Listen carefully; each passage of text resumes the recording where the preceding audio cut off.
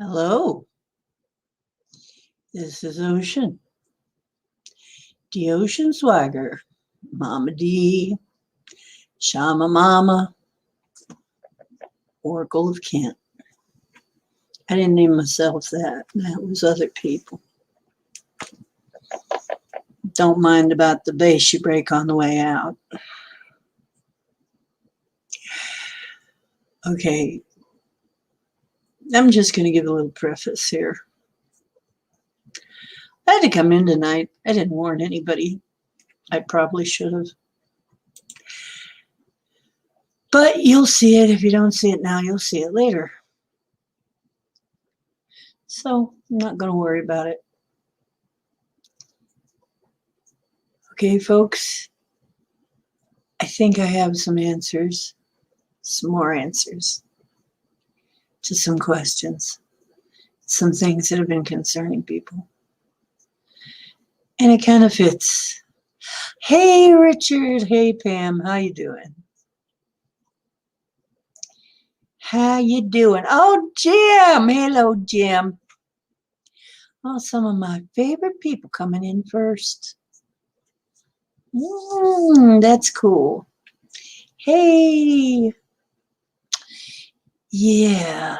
And what I'm going to do is I'll probably roll the credits for a little bit. I'll roll the intro for letting people come in. But I'm just going to preface this by saying I just had to come in because I found myself talking to myself. When that happens, I need to be talking to you. It's you I need to be talking to. I already, I can talk to myself in the mirror. It isn't going to do that much good. But when things are kind of coming out like that, when I find myself looking in the mirror and talking to myself, I'm like, I really need to do a stream because this is something I need to get out, right? So here we are. I'm going to roll the intro and give people a moment to say hi and come in. And no matter what. No matter what, though, I'm going to get this out somehow. Oh, by the way, you can't see it that way. Oh, doggone it. I got the black leather cowboy hat that I've always wanted on right now. And I got it at a thrift shop it's real leather. I got it at a thrift shop, but it was new. Nobody had ever worn it, I could tell. A little dusty, though. That's kind of cool. Really cool. I only paid something like, was it $12? These things are way more than that. A leather cowboy hat. But there it was. So it's mine now. And it was the only one, too. So I finally got my black leather cowboy hat. It's a good sign. So here we are in a Mercury retrograde, and like usual, I'm having dreams, more dreams than usual, and being real creative and actually having a good time because I'm not really expecting things to run the way they normally do. In fact, I had a doctor's appointment, and my friend who took me to the doctor's appointment, everything went so smooth, I thought. And it was like, wow, that went incredibly smooth for Mercury retrograde. I come home and I look at the papers. They gave me the wrong papers. They gave me somebody else's papers. I said, I knew it. I knew it was just a little too easy. But then I laughed because, it's going to have to be unscrewed up. Unscrewing things can take some time, but, I don't take it personally. And that's the big deal. Don't take it personally. Just don't take it personally. This stuff happens, It's not a personal thing. I mean, some people have this weird idea of karma And it's just so messed up. And I mean, I've heard people who ought to know better, who've studied for a while, coming up with some messed up versions of karma. And it's like, if it was that way, we'd be seeing a different world, you know? If karma was an instant thing and worked the way people thought, the world would be a way different place, wouldn't it? It doesn't work the way they think it does. But we'll go into that maybe some other time. I think I already mentioned it in one of my other, maybe in my last one. Anyway, I'm going to roll the intro, see if anybody else comes in. And it's telling me right now that you people don't exist. There's 0 people watching this right now. You're all ghosts. I don't think so. Now it's telling me there's only one of you. Yep, a little screwy. Okay, I'm going to run the intro.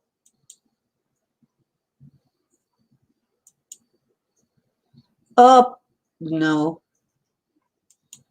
Yeep.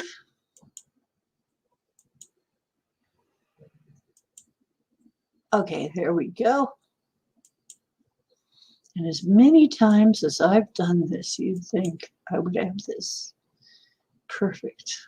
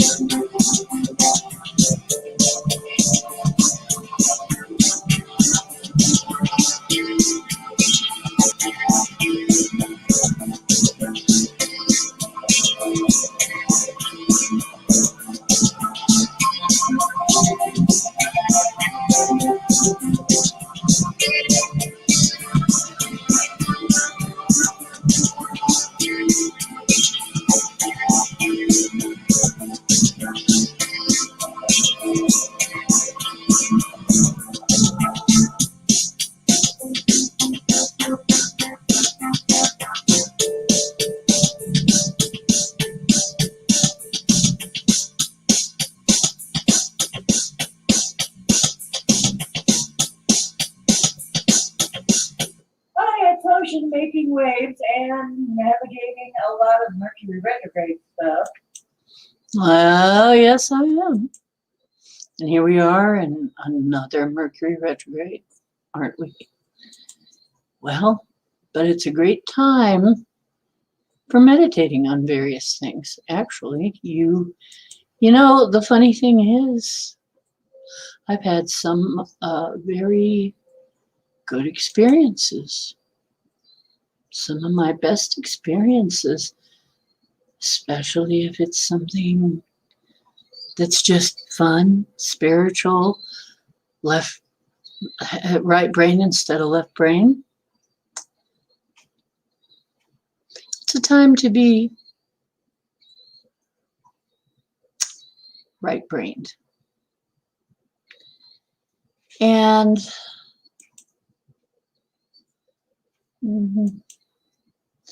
I think that's probably a good way to describe it. Be right-brained at this point during a Mercury retrograde. It really works better. Being too left-brained is only going to hurt you. Because that's not the energy of a Mercury retrograde. So, anyway, now if you're going to have a party, that should go pretty well. If you're going to have a meditation group or something like that, that should go pretty well. As long as you made the plans before it went retrograde. Anyway, So, getting into our subject, our culture is going right into most people will agree. I think, do you agree? Our culture is going into the can, it has been for a while, but, and yet we crave culture. We're humans. Most of us are. We're mostly human. Anyway, as people, we crave culture. But we don't like this inverted matrix, right? So we go out into the country trying to get away from the inverted matrix, but then we get kind of lonely and want culture. It's basically culture that we're looking for. Sharing things with other people. Sights and sounds and stimulating things like that. We want to, music and art and good food and all of that kind of thing. Entertainment outside of our phone, right? And outside of nature, which is beautiful, but we need culture. But why can't we have it all? I think I see that maybe some people are afraid of breaking off, breaking away, because they think they're going to have to sacrifice culture. But why? We have all the creative people. We have among us, in the people who really want to see the end of the inverted matrix, we have all these creative people that could build a culture. So I'm thinking maybe what the path is since, now think about this, since, I'm trying to think of who said it, was it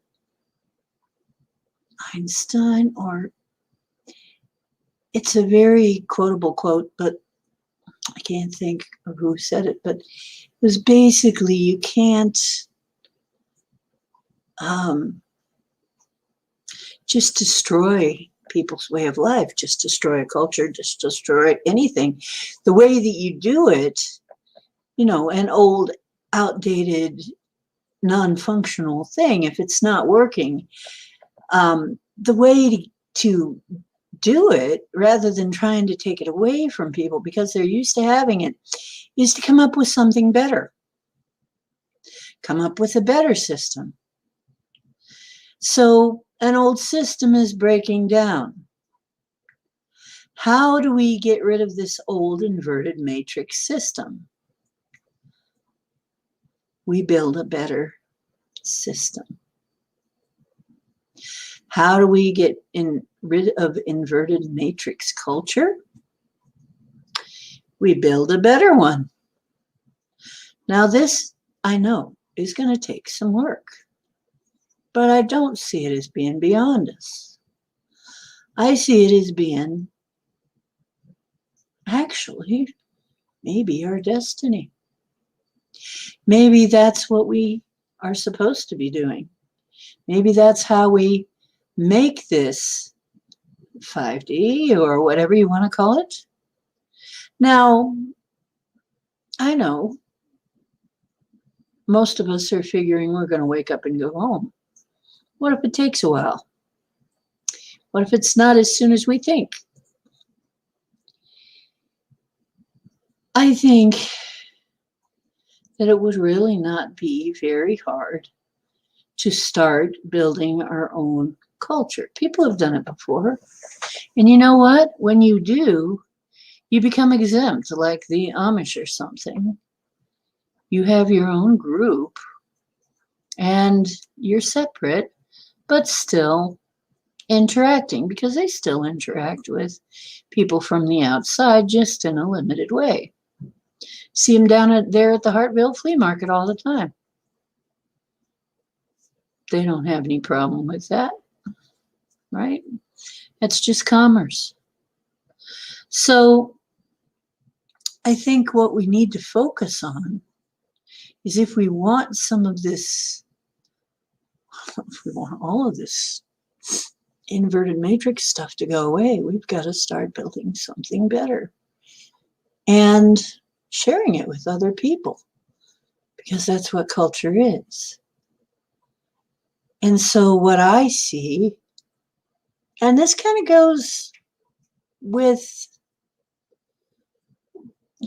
was it Magenta Pixie, I think, was talking about the villages, the separate villages that go off and do their own thing. They're kind of a, we'd be basically kind of a breakaway culture, but I think we can do that. I mean, if you think of it, most of us are artistic anyway, but there are also a lot of people with practical skills. Richard's one of them. He knows how to fix, he knows how to fix bikes and stuff. I mean, there are all kinds of people who do all kinds of jobs, who know how to do all kinds of things, cooking and building and music and art and how to teach. I mean, way better teachers. And honestly, if you look at what's going on in schools, they're talking about, I just saw something about somebody saying telling the FBI to check into everybody who is like a dissenter, all of the parents who are a dissenter, because they're dangerous to the kids, they're dangerous for their children. I'm like, oh my gosh, we're getting, never was a better time for homeschooling, I think really, but not everybody wants to do the homeschooling. But there are people who are excellent teachers who are probably going to be out of work, or at least out of their old job. And they're probably good teachers because they can still think. So a lot of these people who are walking off their jobs because of being forced to do something and you don't tell Americans that they gotta. You just don't. After a while, we're gonna react. No, I'm sorry, folks. After a while, you're telling us we gotta do this and we gotta do that. Well, people are saying no. Ain't gonna. Yeah. And they're walking. And some are protesting. We got to start getting together, though. We really got to find ways to get together. And it's not,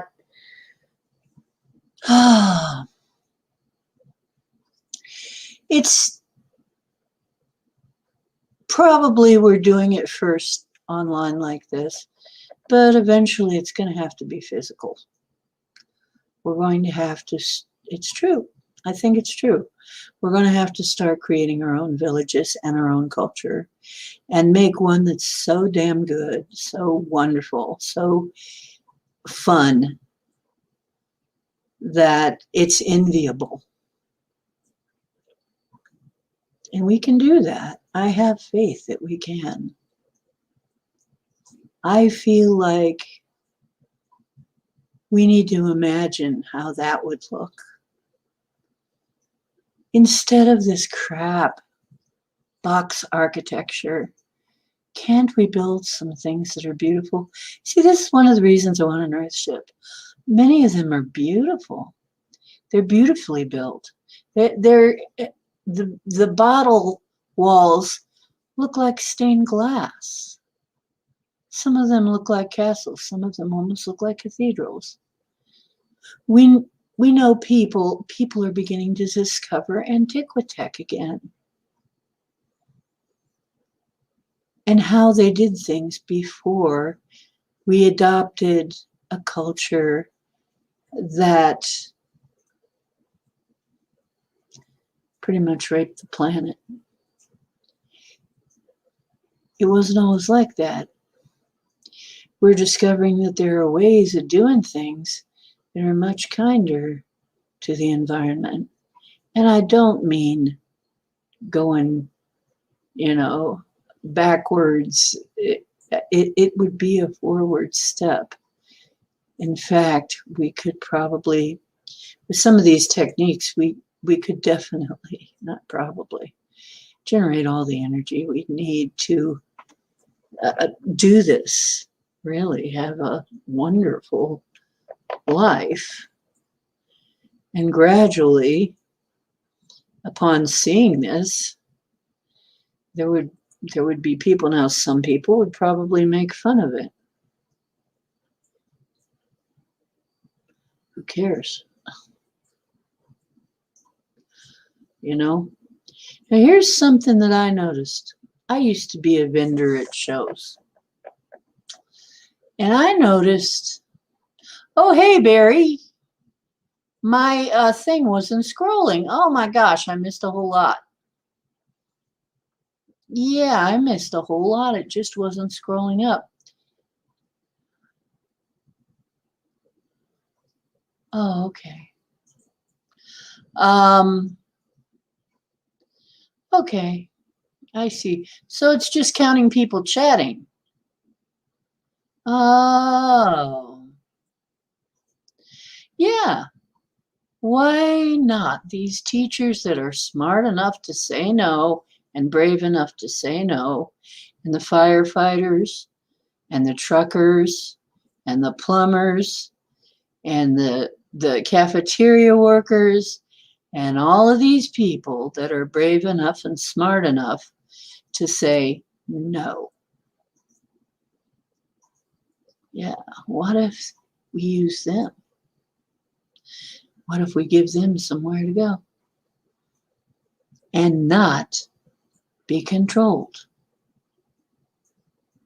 We have to do it. I think we have to do it. Hey, Barry.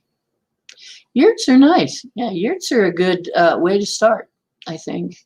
I think eventually we'd have to come up with something more, but yurts are very livable, and you can make some very big yurts.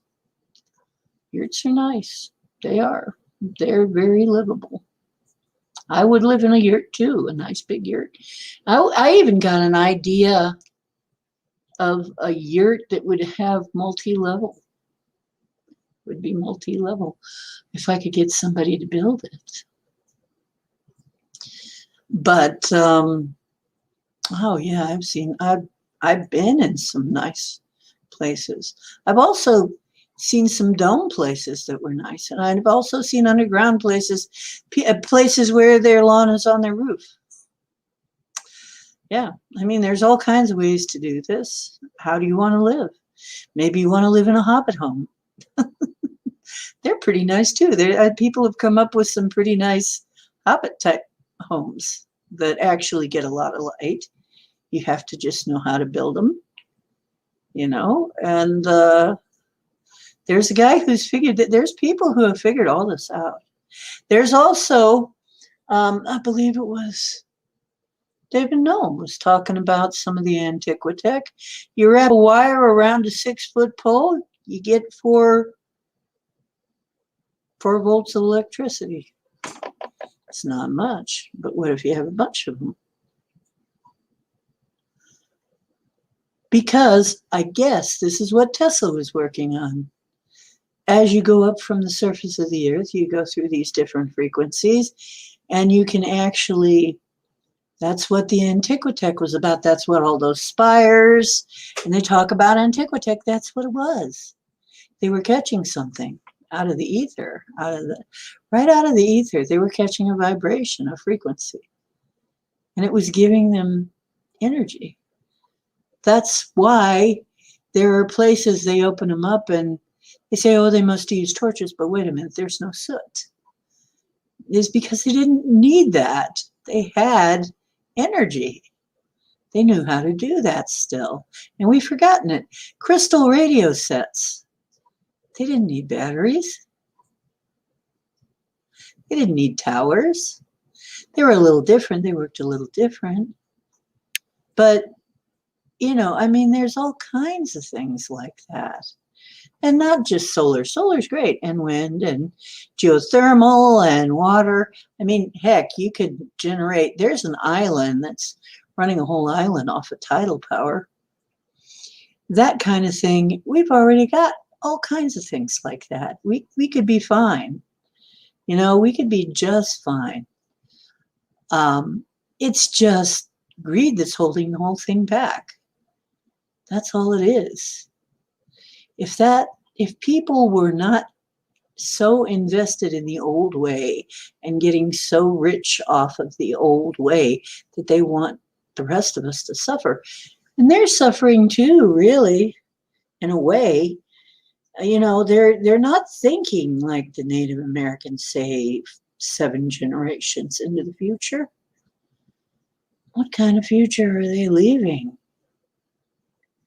Well, maybe there are these underground cities. But what about this place?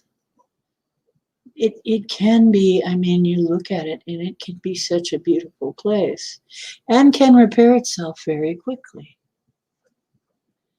Yeah, there is no need to trash the earth to have energy. There is no need for nuclear power. None. All nuclear power plants are just big steam engines. They're just making hot water, steam. It's still steam. Can you believe it? That's what they're doing, except they're polluting everything and endangering everything to do it. There's other ways of boiling water. I mean, geez, plenty of ways. In fact, if you haven't subscribed to Praveen Mohan, PraveenMohan, you might want to do it. He is going around to different places in India where they have not torn down all of the monuments, all of the temples, all of the places where they preserved a lot of their stuff. And he is finding carvings on the walls that explain all of this. There is actually a temple with a lingam. Lingams may not be what they told us they were. Lingam stone that produces heat, and you can feel it as you get closer to it.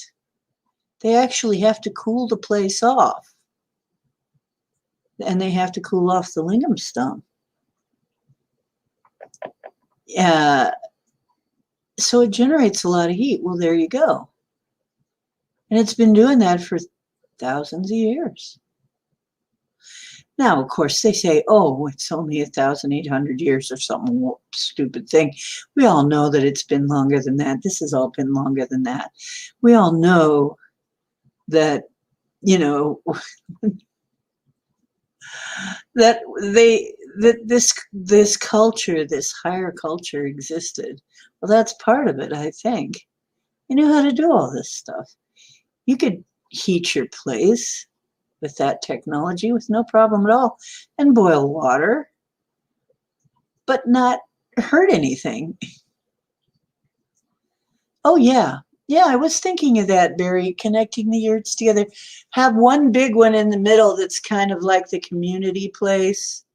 Have one big one, and then everybody having their little own realities where they, you know, having their own private realities and gardens, and everybody having a wallapini. I think the way I wanted to build it was centrally there's like a town square yurt, and that's one that where you can peel back the top of it and get the sunlight if you want. And I think that would be really cool to be able to take the top up and down. You know, if it rains, you put it back up. If you want it to be more open air and sunshine, you put it down. Something like that you could do pretty easy. Put screens up there so that you don't have the wildlife attacking people or something, because, but I mean, it wouldn't be that hard to do. And then give everybody a Wallapini is basically an underground garden, which means you could grow all year. You can grow all year in Wallapini.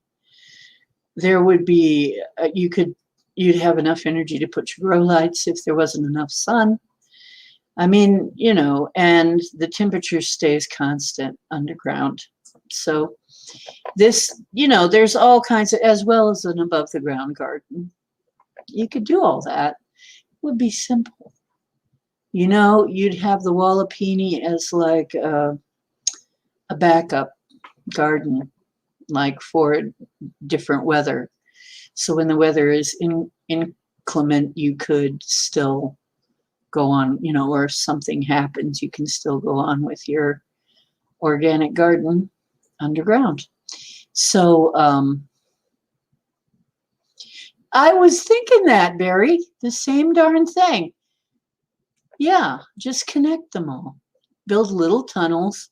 In fact, you could fix it so your Wallapini was the tunnel through which you got to the main part. You could have your Wallapini right there so that when you're going along, going to the party, the concert, you can be picking you some food on the way. I mean, maybe that's where you plant all the goodies that you're going to take to the concert, right? Or whatever it is you're going to, or the lecture, or the show, or whatever. It would be so easy to do. It would be so nice. Oh, you do? Do you really? You have a complete yurt handbook. See, I knew. I have already designed this years ago. Same thing, same idea. What you do is you just make a yurt, you make a community. I was thinking earthships are more permanent though. So I was thinking of starting with yurts and then start to collectively build some permanent structures. But if you start out with yurts, you don't have to come up with a lot of manpower right away, right? So the first step is you put your yurts and you start doing your digging and whatever you want to do to have your Wallapinis and to have your whatever else you want underground and so on. And you start to build the infrastructure. You start to build maybe a main building to have things in that's sort of an earthship sort of build with, the spires to catch the energy and so on and so forth. That's like the Tartarian kind of structures, because obviously that's what they were doing. I mean, you could start building that, and have some place to live in the meantime. And then gradually, as things grow, you can just build more of the permanent structures. But in the meantime, yurts are actually pretty nice. Yeah. So I was talking about this ages, I don't even know how long ago, at least 15 years or more. And haven't been able to realize it yet. But you could effectively, and the reason I'd want a more stable structure, more permanent structure, is because stuff might happen. We might actually need that. I mean, the thing about yurts is they're easy to pick up and take with you. But, hopefully we can find places that we won't need to do that. That we won't need to get up and go, and pick up all our stuff and run. Hopefully not. Hopefully we'll find somewhere that we can just hang out and make the culture. Hey, Drake. How you doing? Bears, Sasquatch, hobos, and terrorists. Who knows? We might make friends with a Sasquatch. Yeah, we will have to deal with things like the wildlife, which is why we might want some permanent structures, you know. Not only that, but depending on what the crazies on the outside are doing, we might want some earth ships. We might want to build our earth ships. You know what I'm saying? I mean, because it's getting crazy. They might do something stupid. Now, I don't want to be around if they do something too stupid. I mean, you know, if they do the nuke thing, I don't even want to know. I just want to. I'll be out. I'll be going bye so long. And just radiate the whole place. It's like, heck no. But I don't think that's going to be allowed to happen. I really don't think so. You collect old tools. Cool, Richard. I'm very interested in Antiquitech myself. I don't understand it very much yet, but I do know that it's got to be better than what we got. I mean, what we got is entropic. Insulating the ear is pain. It can retain the heat. Actually, that's not so hard. If you keep sheep, you can use the wool. Felt makes a very good insulator. Heck, if you have a Shetland sheepdog, you might be able to use the wool. I've often thought, I had a cat that was so fluffy that we would get like bags and bags and bags of fur off of her, and I thought, I should card this and spin it, or maybe felt it. I'd look at her and I'd say, heck, I could knit another cat out of this.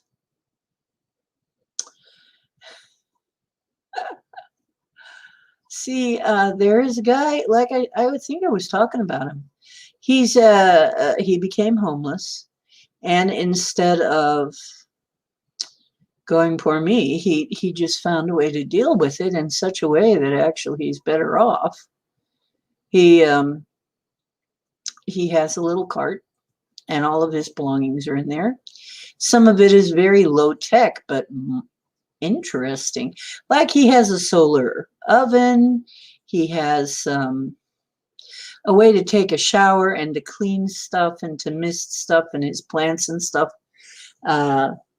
That actually is a metal water, old steel water or sprayer for spraying plants.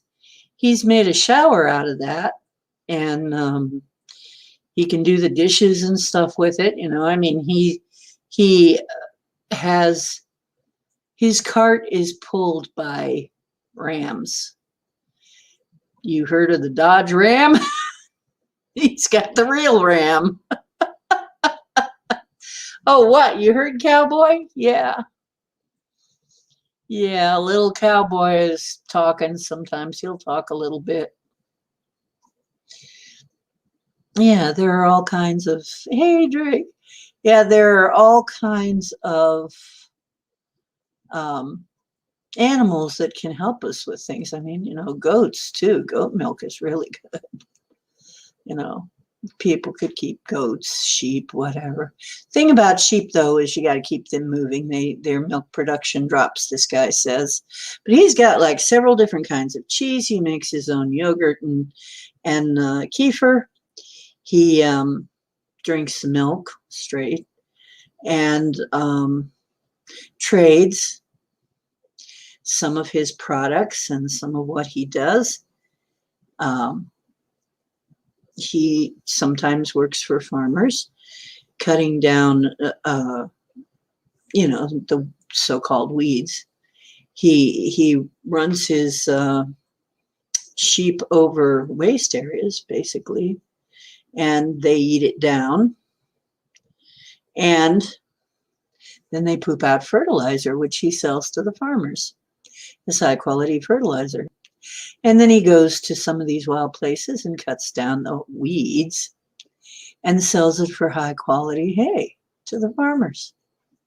Farmers like him. And people are not upset because his sheep aren't pooping all over the place. He's selling the fertilizer. That's valuable stuff.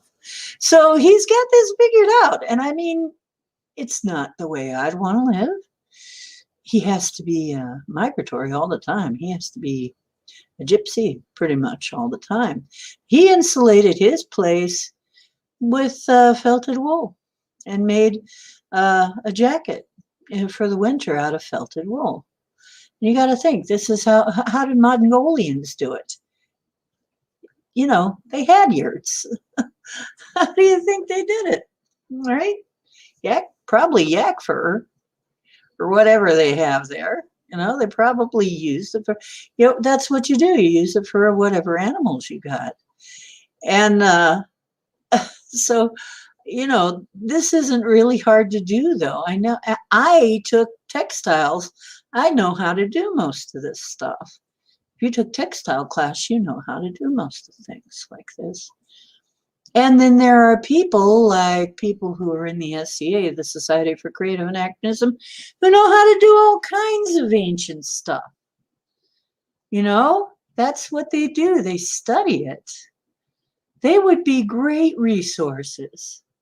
I mean, actually, tell you the truth, when I was a vendor, I went to all kinds of shows. And I mean, First Nations use unwoven blankets. Yeah. First Nations know how to do stuff too. They know how to do a lot of stuff. We'd go to these shows and not want to come home. It was so nice. And we'd all be there, and it was Society for Creative Anachronism, not Compulsive Anachronism, which meant you could put a modern spin on an old idea, like a yurt. Like one guy got himself a gazebo shaped like a yurt and just hided it, put the material over the framework, and he had an Insta-yurt, It was really cool, and it was very sturdy. I mean, it was one of the few. We had him on what we called the monsoon that year. I stayed with that person because my tent just collapsed, and they were taking in people, letting you sleep. And really, I didn't need very much to live there because there were places that cooked, and you could do things. You could work for people and get some food or whatever. It's already been done. We've already got a potential infrastructure. And then another place where that's done is what do they call it? At the Rainbow Fests, the Rainbow Gatherings. There are people who don't want to come back from there because it's so peaceful. And the people are nice to them. For some people, it's the first time they've ever been accepted in their whole lives. I've seen it actually heal people. I mean, yeah, you're thinking a lot of people think that's just a bunch of dirty hippies beating their drums and smoking weed. Well, that's only partly correct. A lot of them are clean hippies, and they are beating drums and smoking weed, but mostly it's about recognizing that we are a family and we should respect each other and take care of each other and love each other. And that's what the basis of it is. But now with the Society for Creative Anachronism, it was about appreciating the old ways, how our ancestors did things, and how could we put a spin on that to make it livable these days. Yeah, there's a lot of resource there. Honestly, people have come up with some wonderful things. And the thing is, and magical gatherings too. Those are wonderful people, don't want to come back. They're out in beautiful nature. You're in your tent in beautiful nature. You're having culture. You got no problem. There's culture everywhere. There's artists, there's music everywhere at these things. There's good food. There's companionship of all kinds. The rules are very few. You know, they don't have elaborate system of law. It's just, you know, don't do stupid shit. Basically, if you steal from somebody, they might take it personal. That kind of thing, you know? And it's funny because usually there's a very low to no incidence of things like rape at these things. At the, now I mean at things like the medieval fairs. There isn't stuff like rape. There isn't stuff like, how can I say it?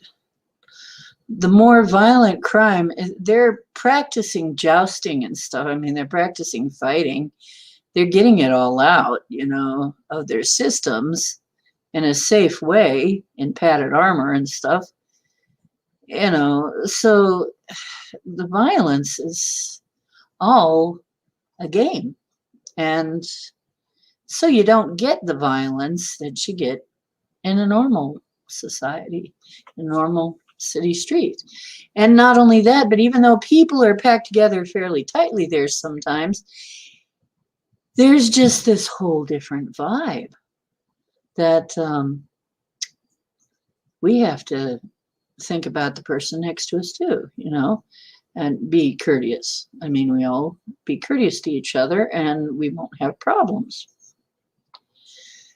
So, but they have kings and stuff and whole ways of settling things. But a lot of times it's just very simple rules. It's not all the elaborate megalith of rules that we have these days that nobody can navigate without a lawyer and, you know, a thesaurus and dictionary and you know, you have to be educated just to understand what they're talking about. But, you know, the thing is that people usually love these things so much that they just hate to think of going back to work, back to the city, back to normal society. So what? Oh, this brings my heart so much joy just to think of it. And I think this is what I'm going to keep in my mind. What if we could have something like that and never have to go back? What would it be like? What would you feel like to be able to go on a vacation like that and just never come back? I mean, people still do things, normal things like washing, taking a bath, brushing teeth, all of that stuff, but they do it in just a little bit different way. The one place that we always went for the medieval fair had solar water heaters for the showers and stuff. Now you have to get used to that. There's some things you'd have to get used to.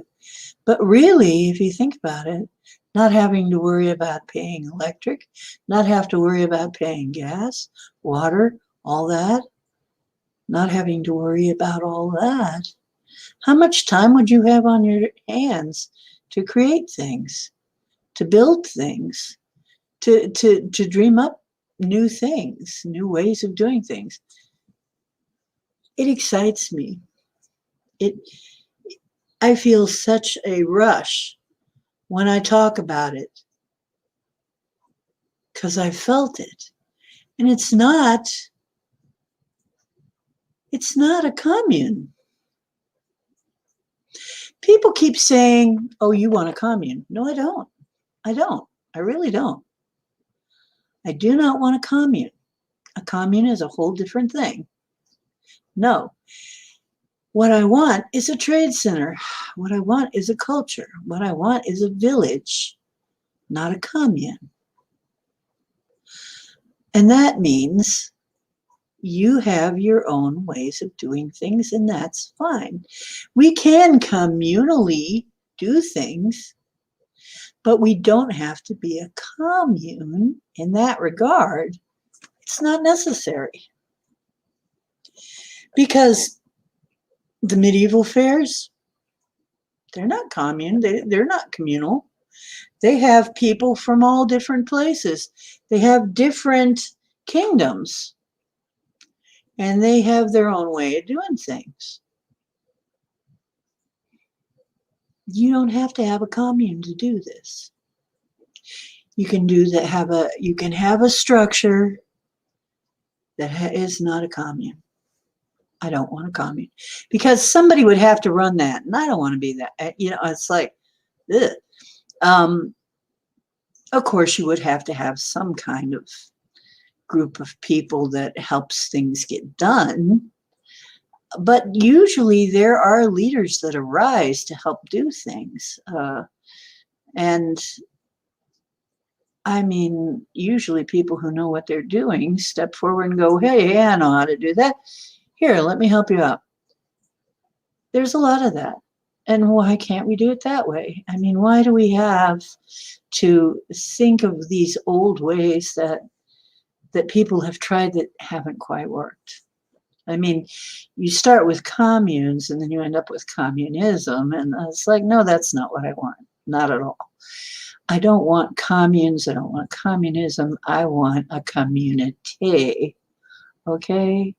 A community, a village. Yes. A real village, one where people do their thing and they do the trading and they do the bartering and they do maybe we have our own form of commerce. That's stuff we're going to have to agree. Yeah, but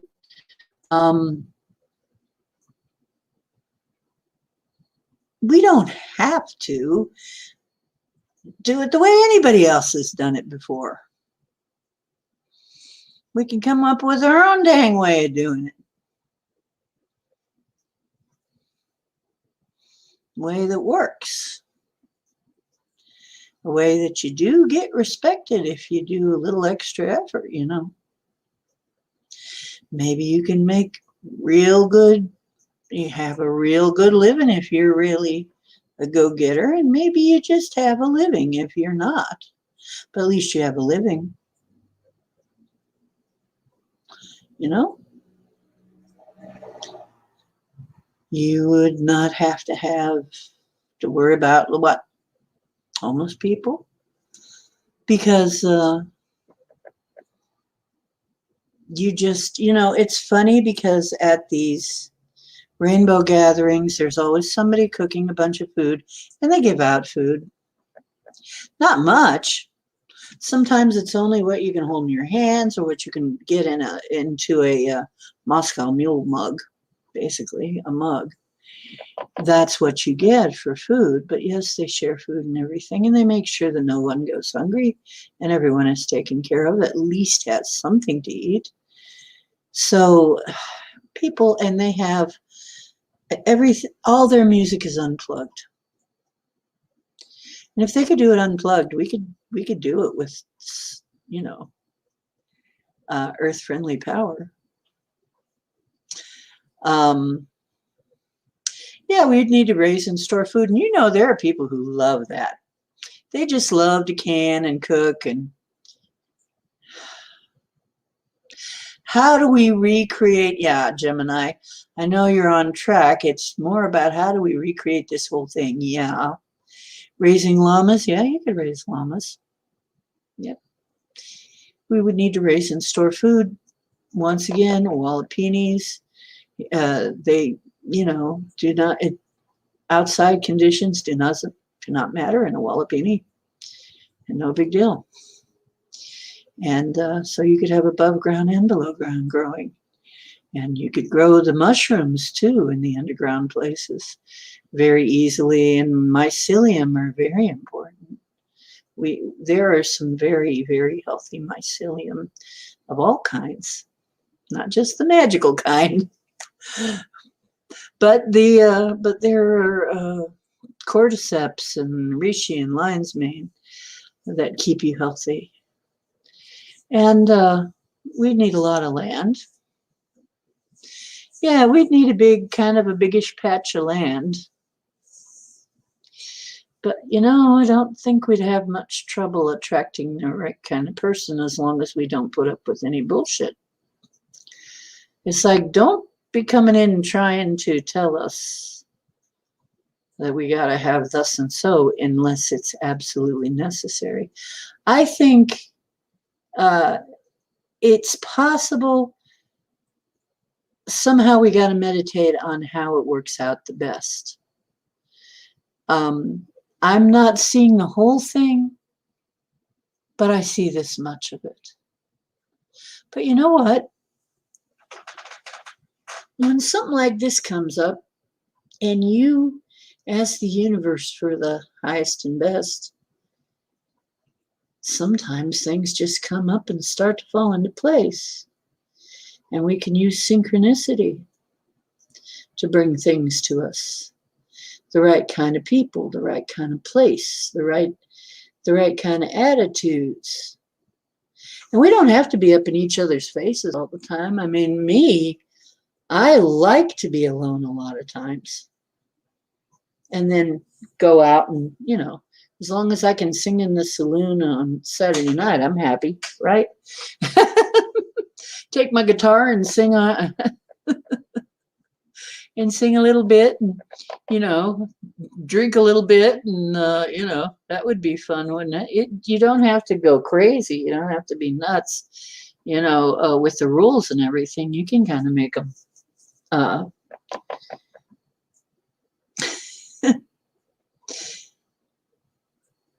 them work.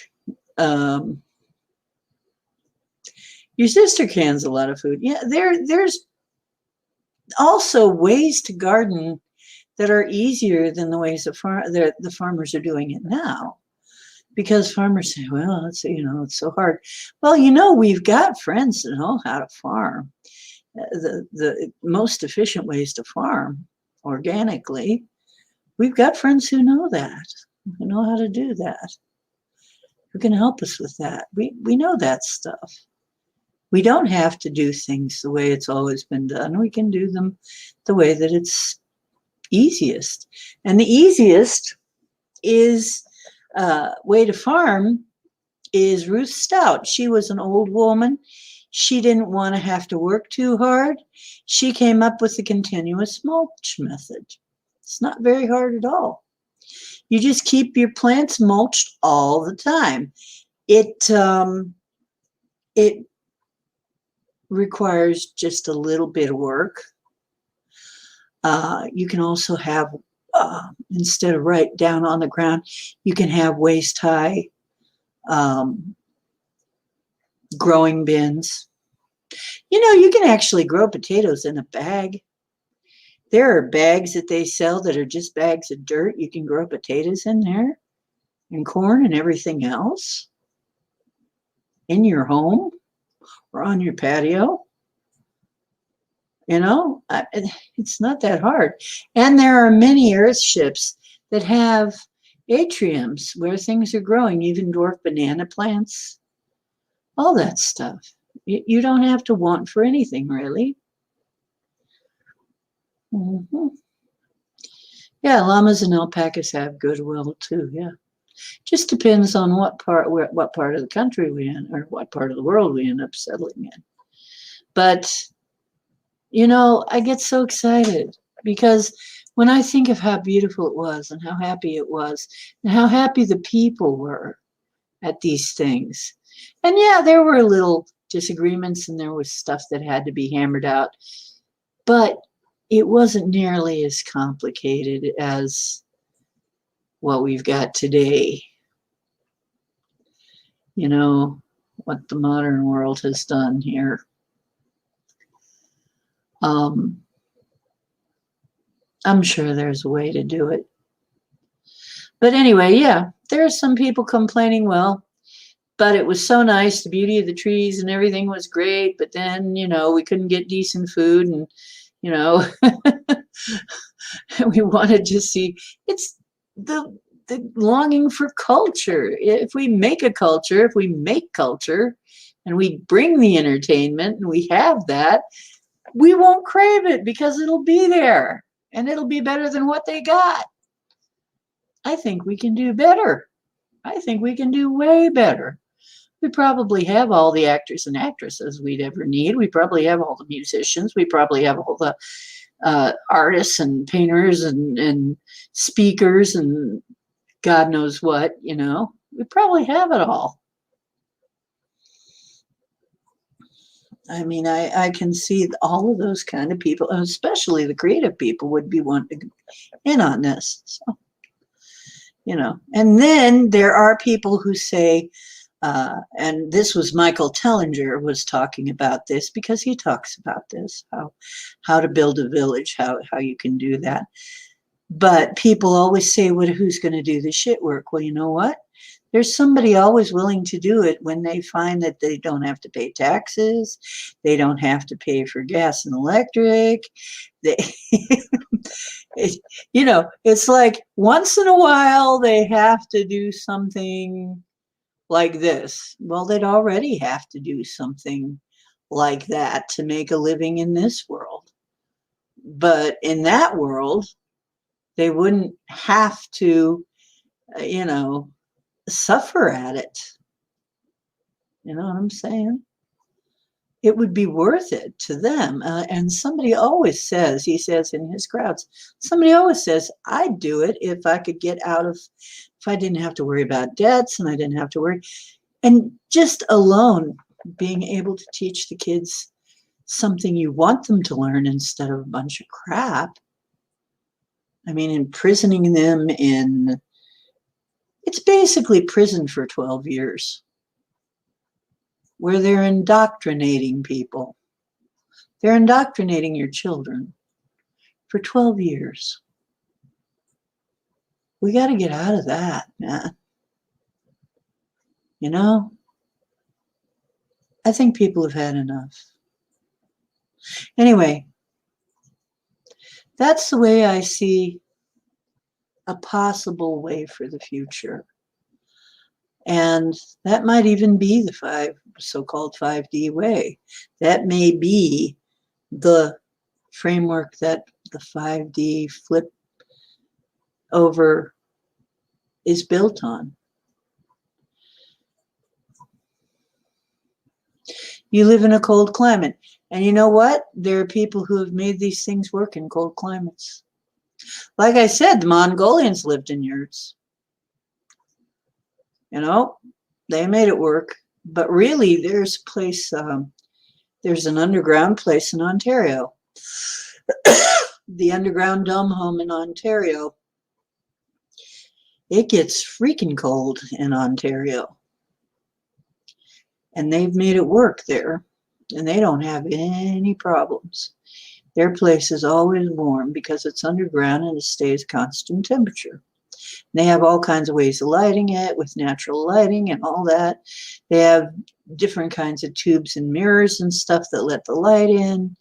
And there's ways to terrace around that you can let the natural light in. And it's actually quite beautiful. There's another fellow who makes houses into the side of hills.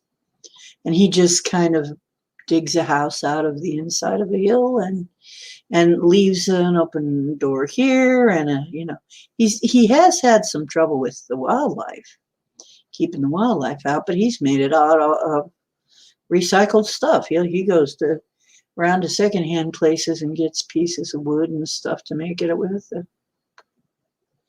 Makes it very cheaply. And from the outside, it looks like a hole in a wall. It looks like a hole in a mountain. It looks like a little cave or something. And then you go in, and it's beautiful. You think you're going to see some little hobbit. No, it's like the inside of Bilbo Baggins' place. It's really nice. It's decked out. So, yeah,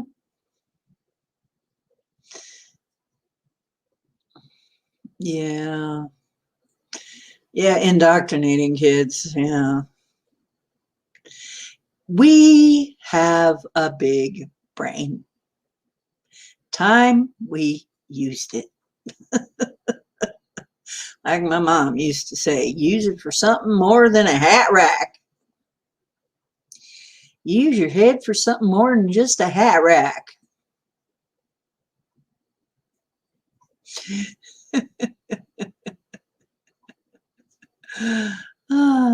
The Ice Hotel.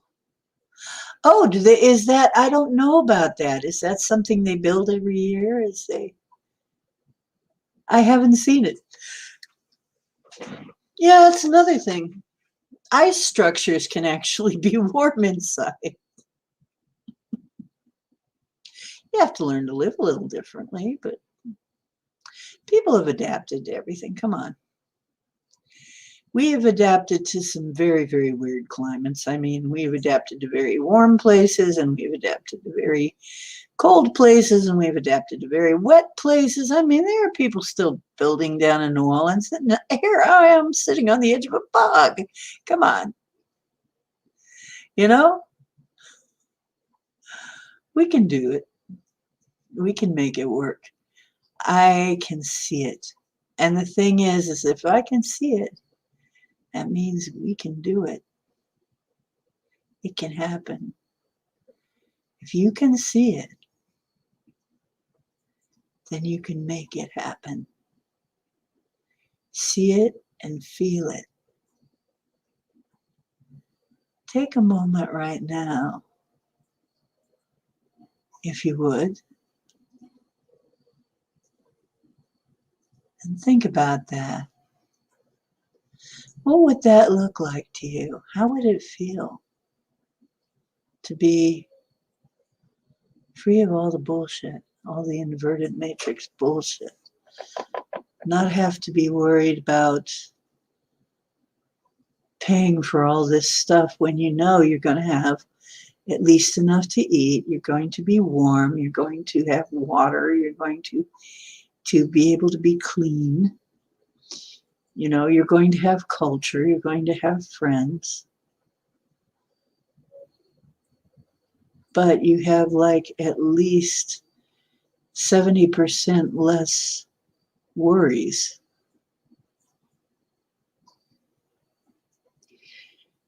How would that feel? Yeah. Oh, that'd be cool. Real cool. Like cold, like freezing.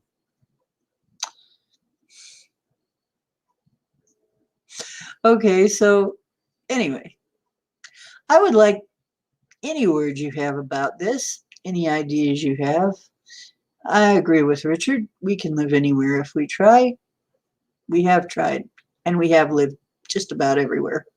I mean, everywhere from the top of high mountains to very low and low valleys.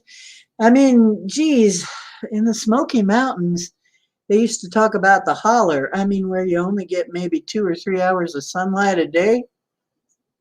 People have lived there.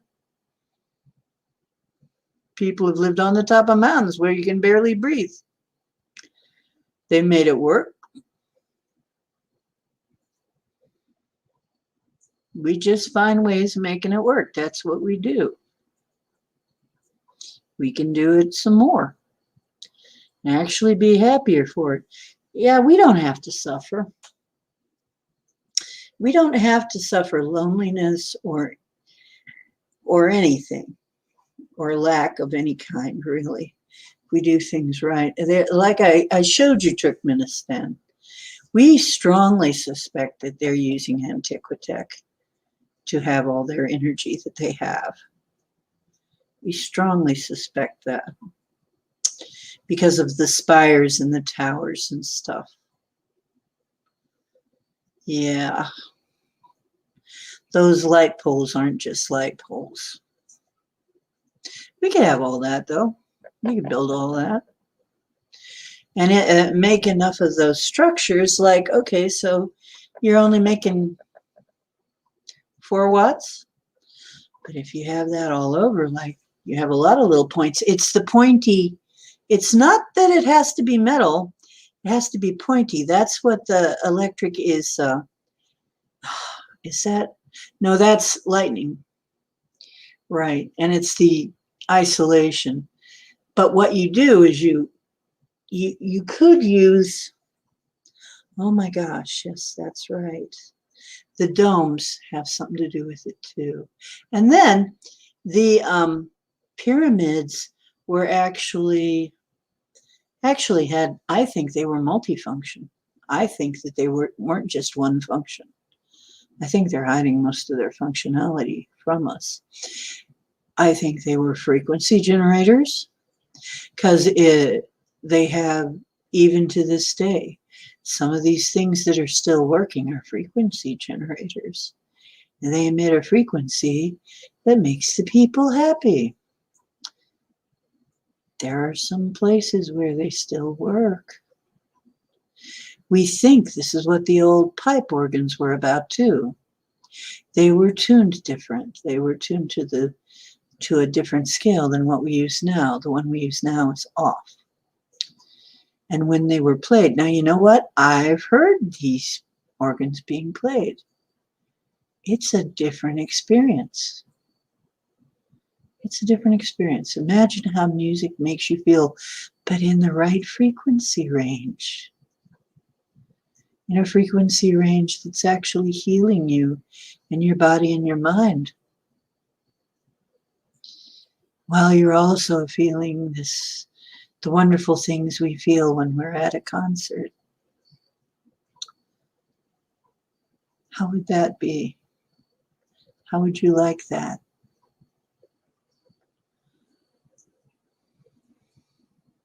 I hope I get to see it. I hope it does. I hope we can make it happen. I hope. And I'm going to be visualizing it. I'm going to try and keep visualizing it daily. I think maybe that's something that we should consider all doing, is visualizing it daily. What would that look like? And intending to pull it towards us. Intending that whether we make it or somebody else makes it and we join them, doesn't matter. Maybe somebody else figures out the hard stuff and we just join them in that. We find somebody of like mind and join them in their effort. We don't have to do everything ourselves because that's what a community is. That is exactly what a community is. You don't have to do everything by yourself. You know what the interesting thing is? If you've ever seen the Amish, now I don't want to be Amish, you know. I'm not saying go be Amish. You can't anyway. They're very insular. You can't become an Amish, okay? But you can take that kind of an idea. They can together, a bunch of them get together, they decide to have a barn raising. Or they decide to build a house. They all get together and work on it. They can put it up in a day. How long does it take us to do something? To build any dang thing? They can put a structure up in a day. Why? They just all get together and then they have a big old party. They eat a lot of food. Yeah, they just make a party out of it. Many hands make light work. And then they go back to their own places and do their thing, you know. But the community helps each other. We got to get back to that. You know, and that's another thing. Oh, shun English tech. Well, I'd say, oh yeah, and that's another thing, Pam. That would be kind of fun, wouldn't it? If we have a place where the seasons change, we could actually build those structures. Maybe somebody wants to build those structures and we could visit. It would be fun. we don't have to have an ideal climate. Anything could be an ideal climate if we're built half underground. The climate stays the same all year. But you don't want the whole thing underground. The thing I hear about underground is women become infertile. Women can become infertile underground, living underground too long. So you don't want that. Anyway, but you could have a pretty nice life and not be poisoned. Oh, here's another side benefit. People who have made these food forests, which I think we'd probably want. We'd probably want a nice food forest, which is permaculture. You want to talk about permaculture. Permaculture is setting up your garden so that you don't have to work on it. Like I said, Ruth Stout came up with some of this. But the whole idea is called permaculture. You set it up so that it takes care of itself for the most part. And you have things like companion plantings like the Native Americans did, where they had the beans, corn, and squash. You know, they had the beans, corn, and squash because those three plants grow well together. The corn grows up the beanstalk. The squash leaves keep the soil moist under it all, and they all kind of protect each other. And you can live on that. And they did. I mean, you know, it's stuff like that. It's ideas like that. That's what we have to do. And it's very doable. You have a food forest that's permacultured, you know, that just anybody can use. There's no need to be greedy because it's just always there, you know.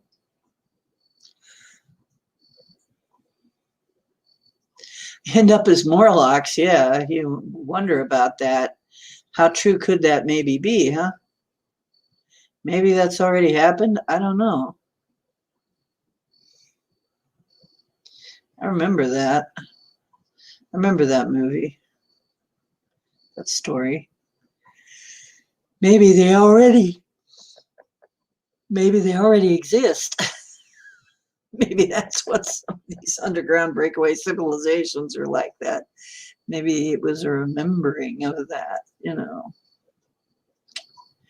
Anyway, I don't know. I guess that was my soapbox for tonight. That was my vision. That was my thing I wanted to give you, is some ideas to get your mind working in that regard.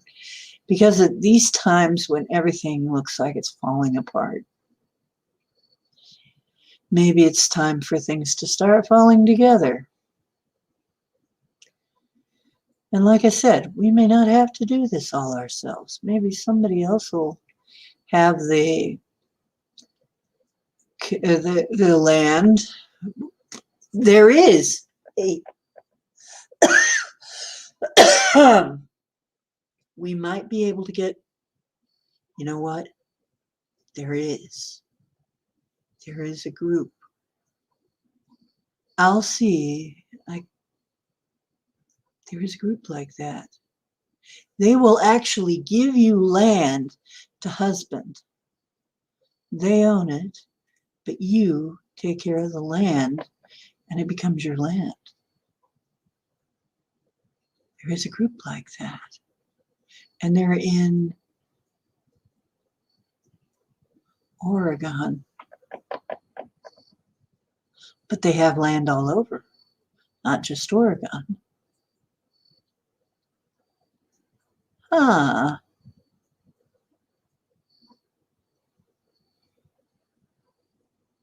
You know what? And they have started their own blockchain.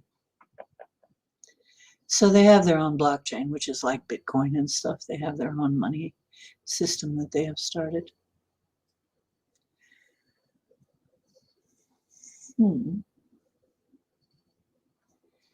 But if there's them, then there has to be others too. We just have to find them. We might not have to pay for land. We might be able to get ourselves some land for trade.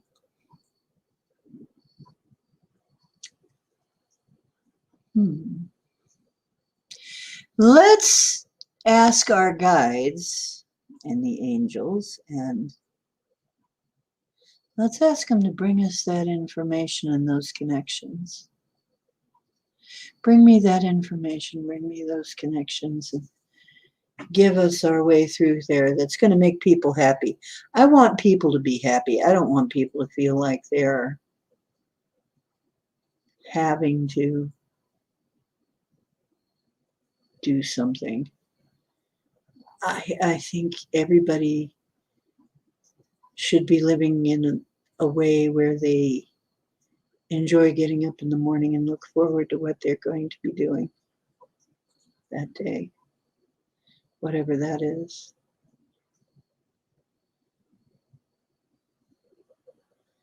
I think we could do it. I can see it and I can feel it. Okay, that's it. Pretty much that's it. And we've only been on about an hour and 17. So if anybody has anything to share, I'll drop a link. We have a little bit of time yet. If not, that's pretty good. It's okay. If nobody has anything else they wish to discuss, let me ask.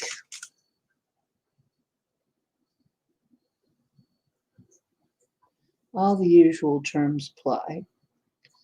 Only the truth from the highest and best source. Are you ready to tell us what we need to know? You're ready to help us find the truth? Yes. Stop. Is this the stuff I'm going on about? Are we going to be able to accomplish this? Yes. Yes, we are. Okay.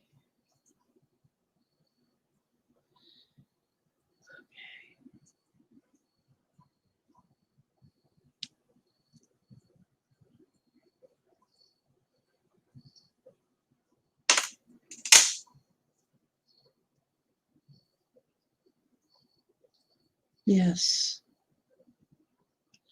I'm getting a yes. I am getting a definite yes. If we keep in mind the goal of what we want, the pieces will start to fall together.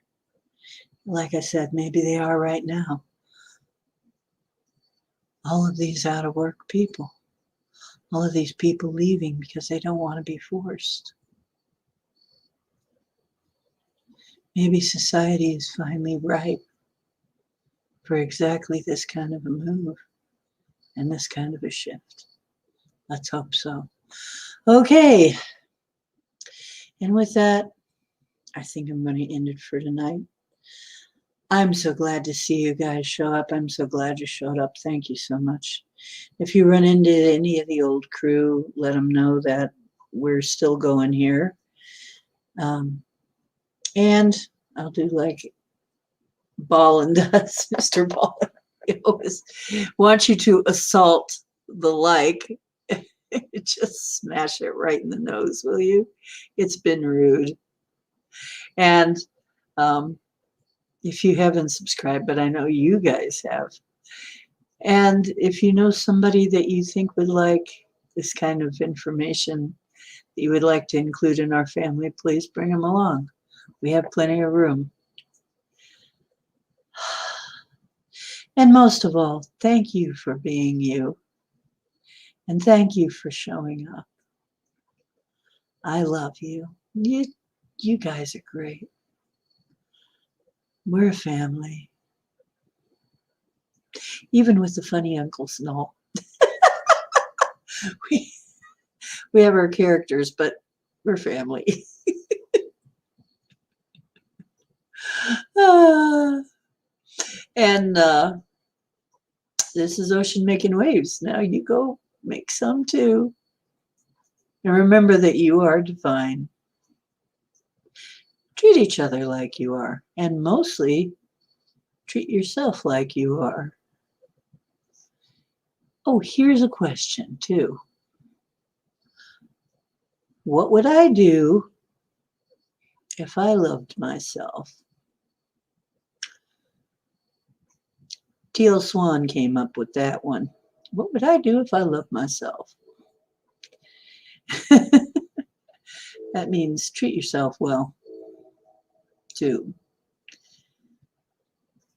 Okay. Night, night. See you next time.